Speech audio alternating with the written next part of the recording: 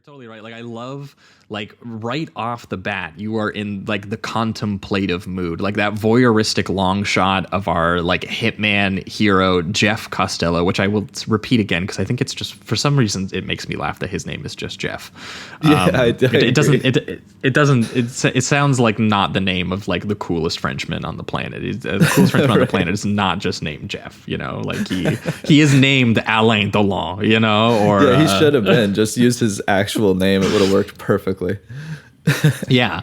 But he's just, you know, he's smoking on like his shitty single mattress with no sheet in his like dingy, low lit, barren apartment, his like lonely pet bird squawking in its cage. And the camera is dollying backwards and zooming forwards, giving the illusion of like movement and space distortion while keeping the like cavernous composition, you know, quite literally the same. And it holds the shot so long that it actually kind of takes you a minute to realize he's actually in the bed on the in the corner. Yeah, you almost think it's like a freeze frame or something like that. And then you'll see too, I love the subtlety of just him lighting up the cigarette, and then you start to slowly see the smoke rise and all of that.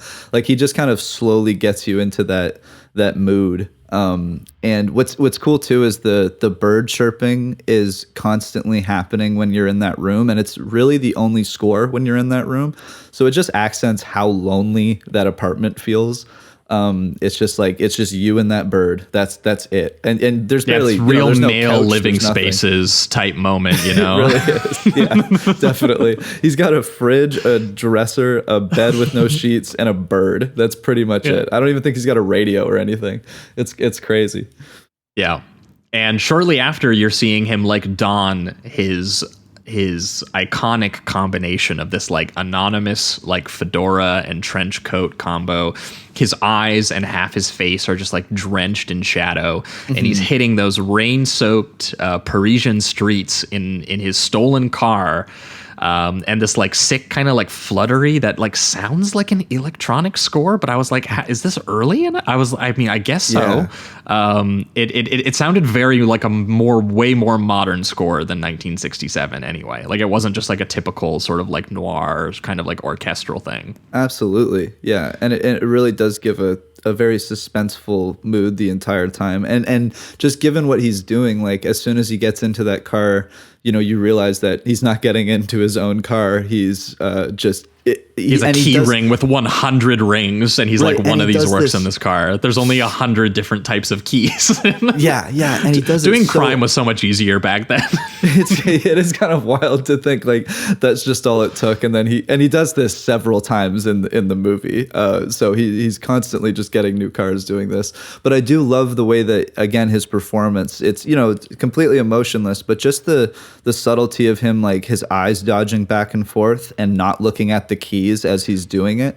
It's just he's constantly focused on, is anybody watching me? I already know how to do this procedure. I'm good at it. I don't need to look at it. But it really, am I about to get caught? That's the main issue here. So I love those small details there. There's no panic in him at all, besides just the caution that he has.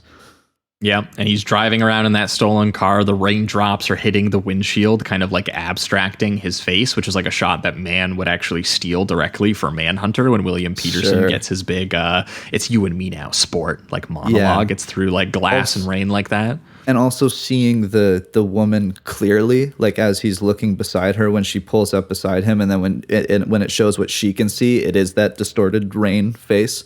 It's just an anonymous French guy driving a car. Nothing to see here, you know? Yeah, exactly.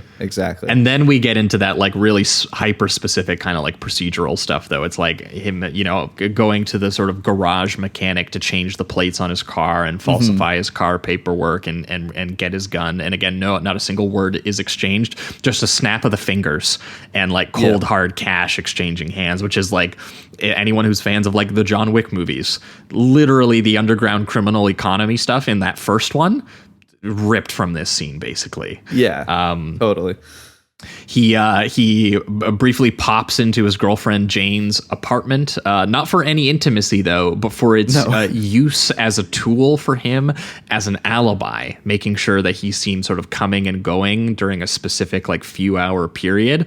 so Yeah. that he can then sneak out into the night, don his murderous white gloves, which I guess are like actual like film editor's gloves, which I don't know. Melville, I guess, did that in a lot of his movies. I don't know if he thought that was just like a funny joke, or he thought like editors were murderers or something, or, you know, ruthless or in some capacity. The filmmakers are often just so mean about the industry, and often like themselves or their roles. We've seen that a lot, I feel like, where they're just comparing themselves to murderers. Yeah, well then, and Jeff just he goes ahead and does it. He murders a man for money in cold blood in this like glassy, modernist, almost like Seijun Suzuki looking nightclub. And he does so as casually as one might meet up with the fellas for like a smoky backroom poker night, you know? Oh, yeah. A series of events that we witness with the camera, like always in close proximity to him, always observing sort of the geography of the space that he is navigating, and figuring out like where and when he's going to kind of make his move. And the actual killing itself is so blunt and mercenary. Yeah. That's the thing. It feels, because he spends so much time with the lead up to these things, and also the aftermath. Like, it often shows him like leaving that scene now just as calmly, in a sense, as much as he can. But it's because of all these slow lead ups and the suspense. Once you hit those blunt moments of and very rare too, of gun violence, it just feels so abrasive and aggressive. It's so loud. And, you know, you've got the blood squibs going, and then